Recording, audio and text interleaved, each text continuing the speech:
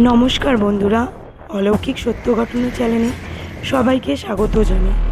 আমার ঘটনাগুলো যদি ভালো লাগে সাবস্ক্রাইব করে বেল আইকনটা বাজিয়ে দেবেন। আমার ঘটনাগুলো দেখছেন, আপনারা তো লাইক করছেন, তার জন্যে সবাইকে অসংখ্য ধন্যবাদ জানাই। এইভাবেই সাথে থাকুন আর পাশে থাকুন। একটি গ্রামের কথা বলছি। একটি গ্রামে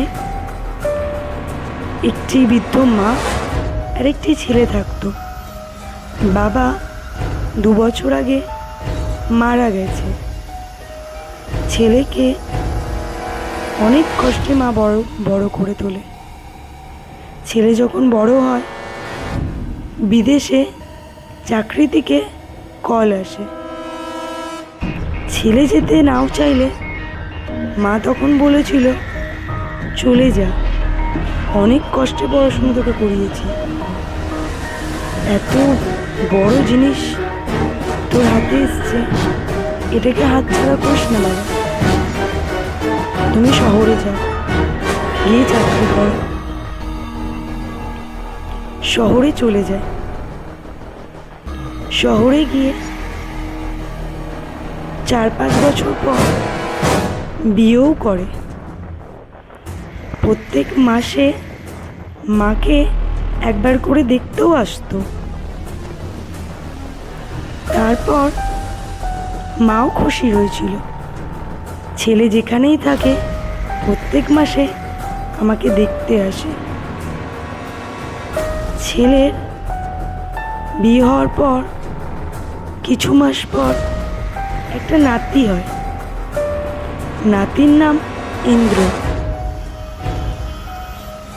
ইন্দ্র বড়ও হয়, পড়াশোনাও করে, তবে ঠাকুমার সঙ্গে সেইভাবে দেখা হয় না। মা বাবা যায় প্রত্যেক মাসে। ঠাকুমার খুব ইচ্ছে ইন্দ্রকে দেখবে, কিন্তু ইন্দ্রর এত পড়াশোনার চাপ, কোনোদিন ঠাকুমার কাছে যাওয়া হয়নি ইন্দ্র। একদিন ইন্দ্রর বাবা বলে, আমার একটা খুব দরকারি কাজ আছে, এই মাসে আমি আর ঠাকুমাকে দেখতে যেতে পারবো না, তুই বঞ্চ দেখে আয়। ইন্দ্র বলে, ঠিক আছে, আমি বিকেল বিকাল রওনা হচ্ছি। গ্রামের নামটা জানিস তো? হ্যাঁ আমি জানি, মা আমাকে বলেছে। ইন্দ্র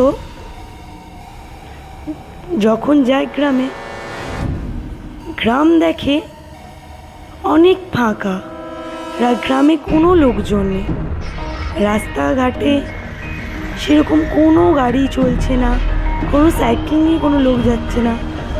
দূর থেকে একটি গরুর গাড়ির আওয়াজ আসছে। ইন্দ্র গরুর গাড়িটাকে ডেকে বলে, আপনি কি মধুপুর গ্রামে যাবেন? বলে, দাদা বাবু, পয়সাটা কিন্তু বেশি লাগবে।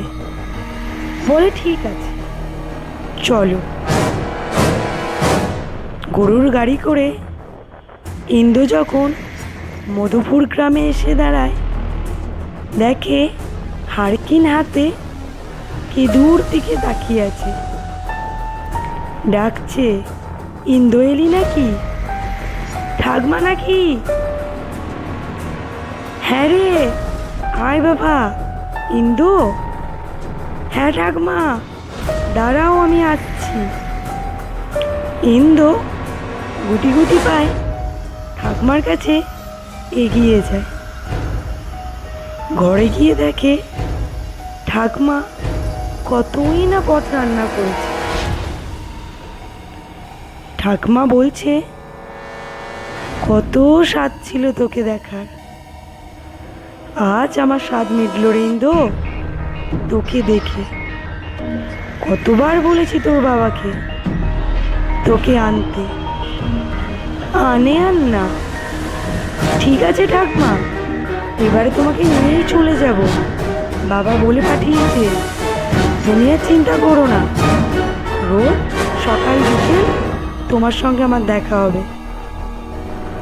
ঠিক আছে, তুই হাত মুখ ধুয়ে নে, খেতে আয়।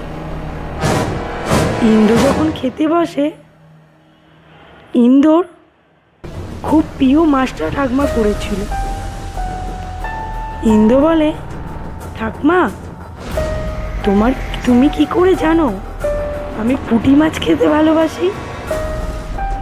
বলে, আমি সব জানি, তুই কি কি খেতে ভালোবাসিস, খেয়ে নে, দেরি করিস না, আর সকালে হয়ে যাবে, খেয়ে নে।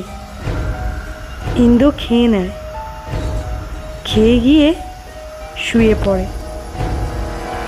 ভোর 5:30 নাগাদ কেউ দরজা পেতে। ইন্দ্র গিয়ে খুলে বলে, কে? বলে, আমি রামু কাকা। কে, দাদাবাবু নাকি?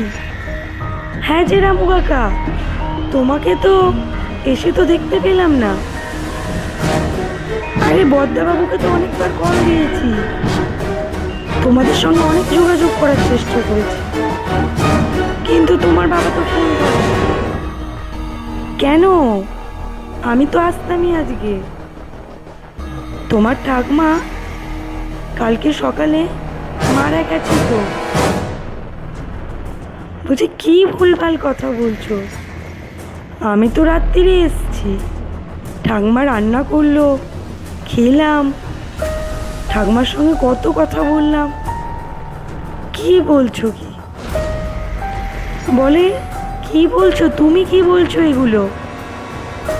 গ্রামের মানুষ বাইরে দাঁড়িয়ে আছে, আসো, জিজ্ঞেস করো। গ্রামের মানুষরা যখন বলে, হ্যাঁ, আপনার ঠাকমা তো কালকে সকালেই মারা গেছে, আমরা তো দাহ করে আসছি। ইন্দ্র কিছু না বলে চুপচাপ বাড়ি চলে যায়। বাড়িতে গিয়ে মাকে সব বলে। ইন্দ্রর মা ইন্দ্রকে বলে, তোর সঙ্গে এরকম ঘটেছে, এগুলো আমাদের কাছে গল্প ছাড়া কিছুই না, কিন্তু আমরা বিশ্বাস করেছি।